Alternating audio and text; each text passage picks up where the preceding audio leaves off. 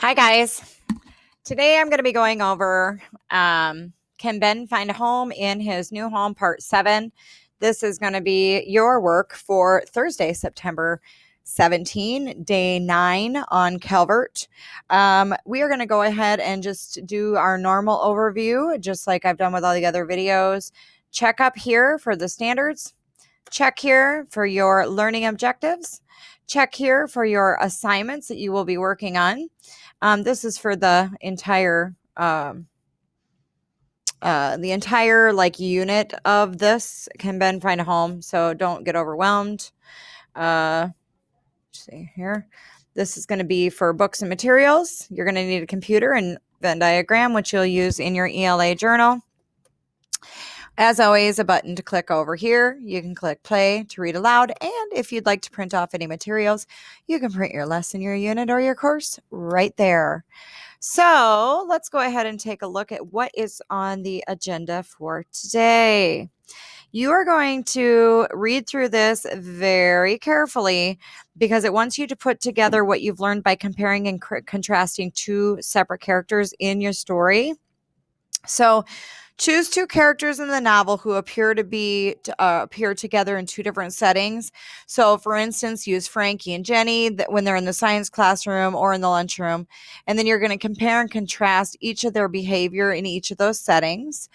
Make sure that it says use the Venn diagram to compare Ben's emotions in the wood and then Mrs. Tibbetts' classroom as a guide. This is just a guide. After you select your characters, you're supposed to think about these questions. Make sure you read through them. Organize your ideas. Here's your, it says writing. Think about how the two characters act in both settings. Compare and contrast the way that they are in both settings. And it says here, organize the ideas and then write 3 paragraphs. One paragraph on 2 to 3 similarities. And you should cite where you noticed that in the book, how they were talking or what they were doing that would make you feel that way. And then the next paragraph, you should talk about how they were different.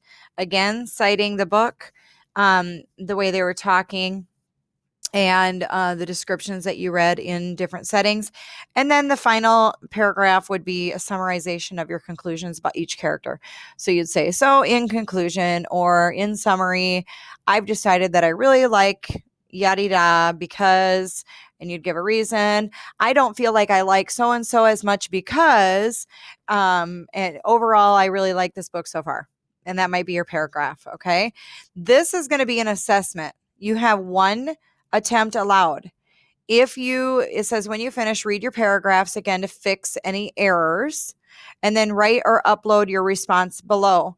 So you can upload if you want to write it in your journal, which I think that would be a really great idea. You could take a picture and upload it to me. And if you are going to type it, you would type it in this box. There's a 10,000 word limit. Make sure that you check for spelling errors and make sure you're using proper capitalization and punctuation.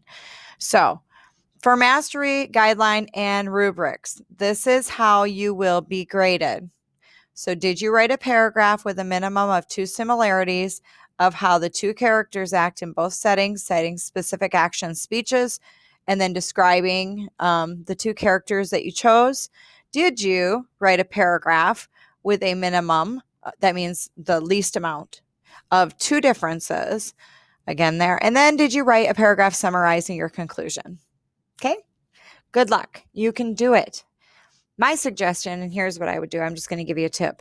I would write it in my journal before I type it if I'm going to type it.